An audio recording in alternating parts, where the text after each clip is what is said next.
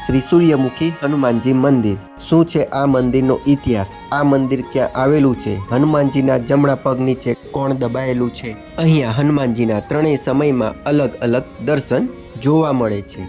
આ મંદિરનું નામ સૂર્યમુખી હનુમાનજી કેમ રાખવામાં આવ્યું તેની પાછળના કારણો, ઇતિહાસ આજે આપણે આ વિડીયોમાં જોઈશું, જાણીશું અને શ્રી સૂર્યમુખી હનુમાનજીના દર્શન કરીશું. આપણે અગાઉ વડોદરાના લાલબાગ બ્રિજ પાસે શ્રી કાશી વિશ્વનાથ મહાદેવ મંદિરના દર્શન કર્યા હતા.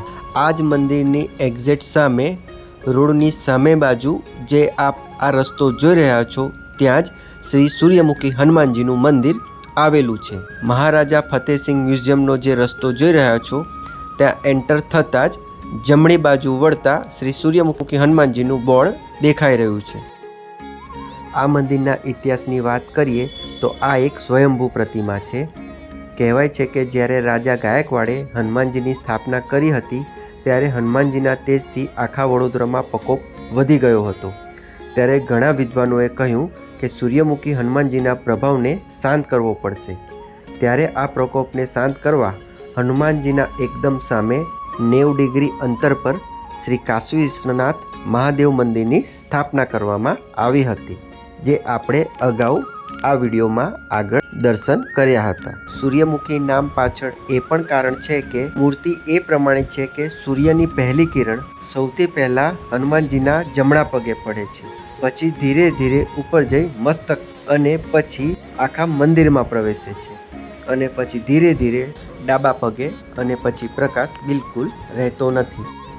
અહીંયા હનુમાનજીના ત્રણેય સમય સવાર, બપોર અને સાંજે અલગ અલગ દર્શન જોવા મળે છે. કહેવાય છે કે જે કોઈ પણ ભક્ત અહીં આવી સાચા દિલથી પોતાની મનોકામના રજૂ કરે તો ભગવાન પૂર્ણ કરે છે. હનુમાનજીના જમણા પગ નીચે મોટી પનોતી દબાયેલી છે. વિશ્વમાં ઘણા બધા હનુમાનજીની પ્રતિમા જોઈ હશે, જેમાં ડાબે પર્વત અને જમણે ગદા હોય છે, પરંતુ આ મૂર્તિમાં જમણી બાજુ પર્વત અને ડાબા હાથે ગદા જોવા મળે છે. આ સ્વયંભૂ મૂર્તિ છે.